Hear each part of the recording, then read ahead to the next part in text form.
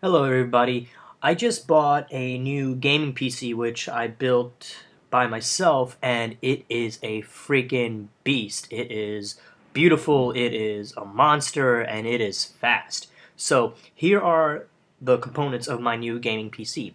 My motherboard is a Gigabyte G1 Gaming GA-Z170X Gaming 7 motherboard. My processor is an Intel Core i7 6700 quad-core processor, which runs at 3.4 gigahertz. My RAM is a Corsair Vengeance RAM, which is 16 gigabytes, which is two RAM sticks with both 8 gigabytes each, and it's a DDR4 RAM, 288 pins. My hard drive is a Samsung internal 500 gigabyte solid state drive. My power supply is a EVGA 1000 watt power supply. My tower is a Cooler Master HAF 932 Advanced High Airflow Full Tower computer case. And lastly, my graphics card, which also cost me the most. It is a EVGA GeForce GTX 980 Ti hybrid graphics card. So over here you see that I'm getting my tower ready. I'm just taking out some of the unnecessary internal plastics that came with the tower. So I'm just getting it prepared, making it more spacious so I can add my other items into the tower. So the first thing I did was get the motherboard prepared because the motherboard was the first item that I assembled into the tower. This is the G1 Gaming 7 motherboard. Also, my computer is built off of Intel, not AMD, Intel. So the next thing I did after took the motherboard out of the packaging was I put the CPU chip inside of the motherboard. As you can see at the top middle, that is the CPU stock cooler fan that came with the CPU chip. Also, another note, you see the wires coming out of the CPU fan plugged into the motherboard. That gives it power for it to run. And also on the top left, there's a socket that you also have to plug in that provides CPU power, and you also have to plug it into the power supply. Next, you can see that I plugged the RAM sticks into the motherboard. Now, my motherboard is a DDR4 motherboard, which means you need a DDR4 RAM. So DDR4 motherboard is compatible with DDR4 RAM. You cannot put DDR3 RAM into a DDR4 motherboard. The socket spacing will not be compatible. And again, this RAM is 16 gigabytes, 2 by 8 gig sticks. So the next thing you see here is a bit of a jump.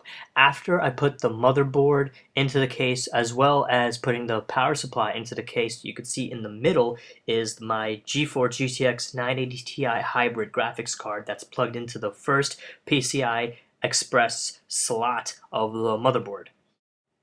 To be honest, installing the graphics card into my computer was the easiest step of building the PC.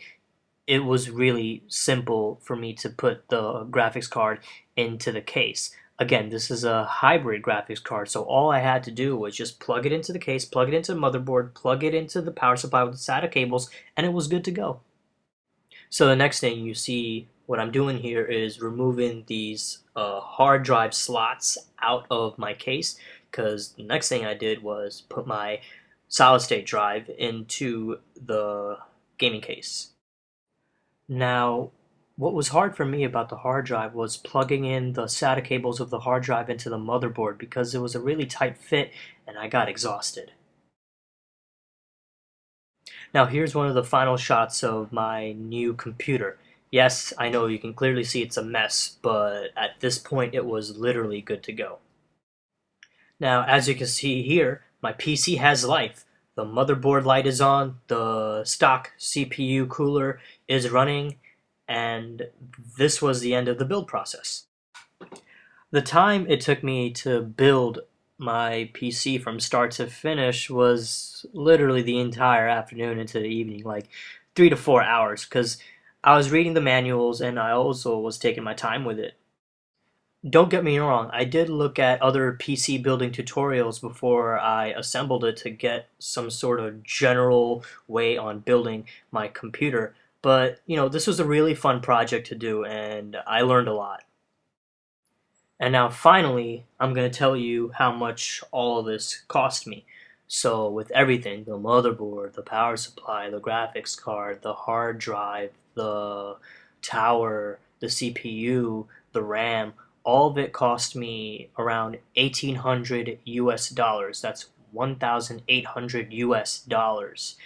And I found it a little bit cheap because if I were to pay somebody to do it off of a website or something, I think that would be looking at like $3,000. So I think I saved a lot of money right here. Also, I bought everything off of Newegg.com.